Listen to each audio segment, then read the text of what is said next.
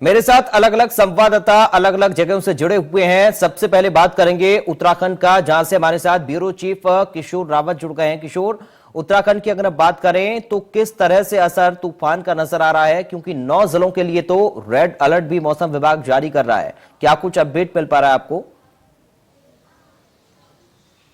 देखिए, अगर मौसम की बात करें तो मौसम विभाग का, उत्तराखंड मौसम विभाग का 9 जिलों के लिए अलर्ट जारी किया था और लगभग कल अगर 19 तारीख की बात करें, 19 तारीख से लगातार बारिश हो रही है और अगले 48 घंटों तक ये मौसम इसी तरह से बने रहेगा। खासकर 9 जिलों के लिए अगले 24 घंटों के लिए जो बारिश का अलर्ट दिया है उसमें भारी से बहुत भारी बारिश की चेतावनी दी है। यानी इन इलाकों में काफी तेज बारिश हो सकती है, लैंडस्लाइड हो सकता है, जो पानी है निचले इलाकों में पानी बढ़ सकता है। अगर मैं नंबर्स की बात करूं कि जो जिले हैं वो कौन से हैं, उसमें है उत्तरकाशी, चमोली, बागेश्वर, अल्मोड़ा, नैनीताल में भारी बारिश की चेतावनी दी है। इसके साथ ही उधम सिंह नगर, रुद्रप्रयाग और पिथौरागढ़ वाले जिले भी ऐसे हैं जिनमें भारी बारिश की चेतावनी दी है। ये वो इलाके हैं, ये तकरीबन सारे पर्वतीय इलाके हैं और जहां पर अक्सर जब भी बारिश होती है तो बादल फटने की घटनाएं या फिर इसके साथ लैंडस्लाइड की घटनाएं बहुत होती है।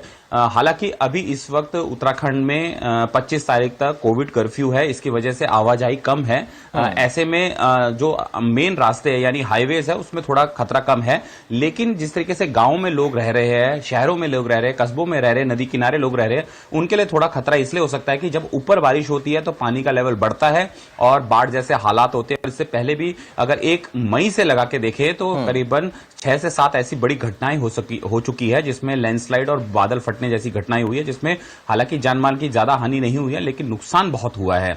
तो यही वजह है कि आज भी अगर देहरादून की बात करें तो लगातार देर रात से बारिश हो रही है।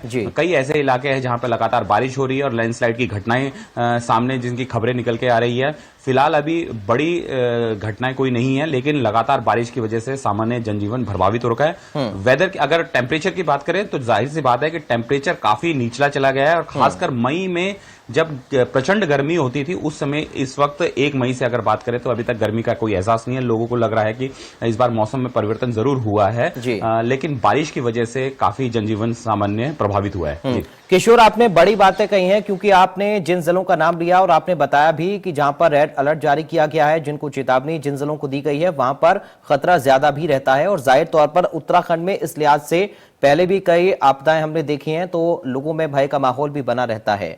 क्या कुछ प्रशासनिक तौर पर इंतजाम किए गए हैं लोगों के बचाव के लिए, या फिर जो ऐसे इलाके हैं जहां पर खतरा ज्यादा हो सकता है, क्या वहां से लोगों की शिफ्टिंग भी करवाई जा रही है? देखिए, ये जो अलर्ट था, रेड अलर्ट था 2 दिन का, हालांकि अभी इससे थोड़ा एक्सटेंड हुआ है, ये 21 तारीख तक भी आ रहा है। राज्य आपदा प्रबंधन ने इसको लेकर एक गाइडलाइन दी थी, बिल्कुल 10 पॉइंट दिए थे, जिसमें ये कहा था कि जो चौकी प्रभारी है, पुलिस है, वो अपने स्विच ऑफ फोन ना करे, वो लगातार वायरल सेट पे रहे। जो एनडीआरएफ, एसडीआरएफ, जो तमाम बचाव की एजेंसियां हैं वो तुरंत सारे साजो सामान के साथ तैयार रहे ताकि कोई भी घटना घटती है अप्रिय तो तुरंत बचाव किया जा सके और लोगों की जान बचाई जा सके।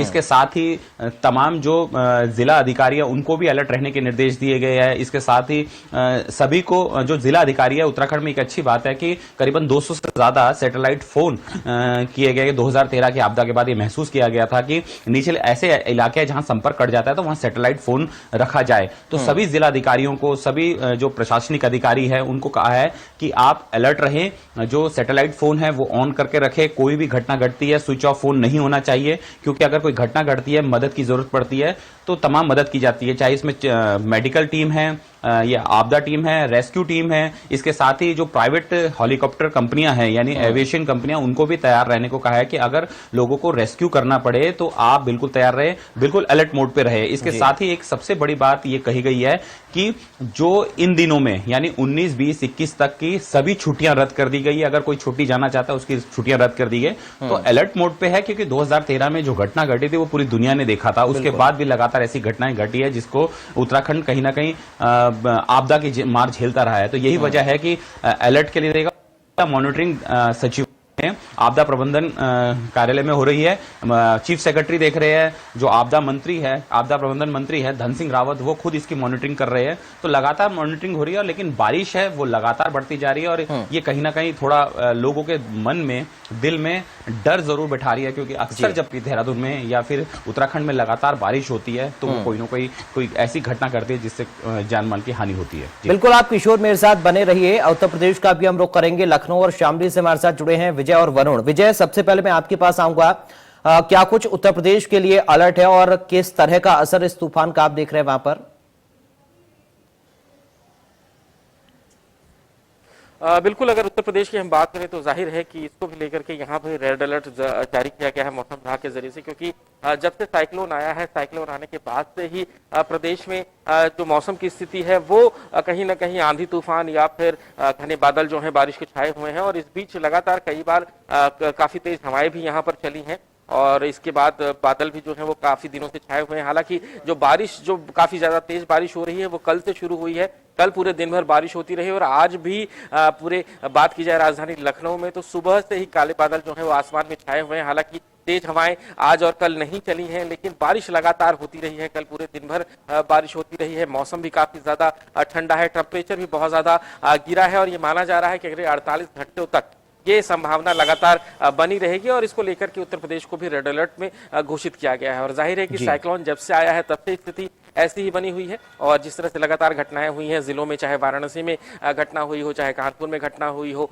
वहां पर आपने देखा होगा कि भारी बारिश की वजह से छत ढही है, कहीं पर मकान गिरा है और मौतें हुई हैं। काफी लोग यहाँ पर गंभीर रूप से घायल भी हुए हैं। तो जाहिर है कि इसका कहीं ना कहीं असर जो है वो सामान्य जन पर देखने को भी मिल रहा है। अभी भी कई जगह पर गेहूं की कटाई न होने के पाने की वजह से किसानों का भी इस समय काफी ज्यादा नुकसान है। काफी जगह अभी भी फसलें जो हैं वो अभी भी खेतों में है, तो इस भारी बारिश की वजह से वो नुकसान भी किसानों को उठाना पड़ रहा है, क्योंकि जो गेहूं है वो पूरी फसल जो है वो तैयार खड़ी है और ऐसे में अगर इस तरह की लगातार बारिश होती है तो पूरी गेहूं की फसल जो है वो बिल्कुल बर्बाद हो जाएगी। तो ये नुकसान भी इस समय किसानों को देखना पड़ रहा है। कहीं जनहानि है, कहीं पर किसानों की फसलों का नुकसान है और लगातार बारिश की वजह से जो एक मौसम का जो तालमेल है वो कहीं ना कहीं खराब हुआ है। यानी इस मौसम में जहां पर धूप होती थी, किसान अपने फसलों को पूरी तरह से अपने घरों पर ले जाते थे, उसको तैयार करके अपने घरों का रुख करते थे, वहीं बारिश की वजह से उन्हें थोड़े दिन और इंतजार करना पड़ेगा, क्योंकि जो फसल कटी हुई है अगर और बारिश होती है और ऐसा ही मौसम बना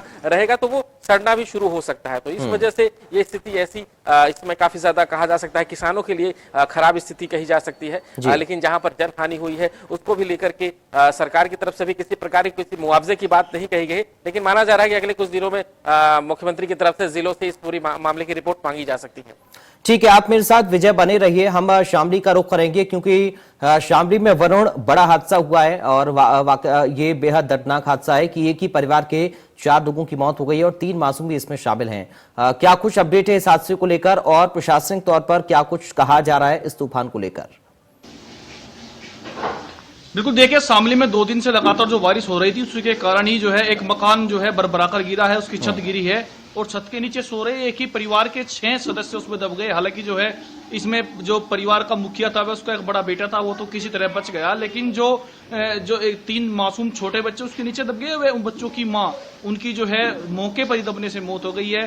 फिलहाल प्रशासनिक अधिकारी मौके पर हैं, जो शव है उनको प्रशासन और पुलिस ने कब्जे में ले लिया है और आगे की कार्रवाई में जुटी हुई है। जी चलिए, बहुत शुक्रिया आपका तमाम बातचीत और जानकारी के लिए वरुण, और साथ ही विजय मिश्रा आपका बहुत शुक्रिया लखनऊ और उत्तर प्रदेश की जानकारी हम तक पहुंचाने के लिए। साथ ही किशोर रावत आपका बहुत शुक्रिया उत्तराखंड से तमाम अपडेट्स हमारे दर्शकों तक पहुंचाने के लिए।